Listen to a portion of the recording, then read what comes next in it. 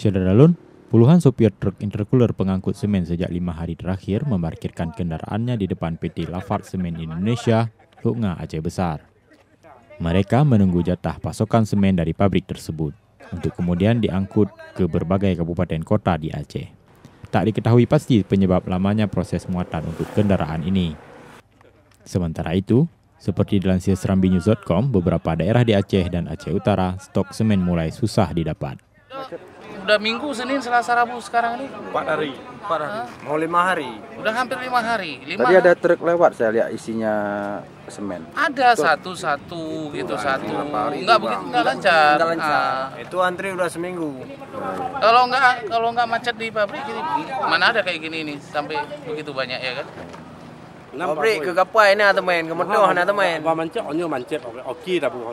Kalau kapal lancar, Bang? Kapal lancar. Cuman truk aja yang nggak lancar. Truk aja yang nggak lancar. Kapal masuk keluar. Sehari 3 kali kapal. Kondisi ini sudah berlangsung sejak sepekan terakhir dan ikut mendongkrak harga jual.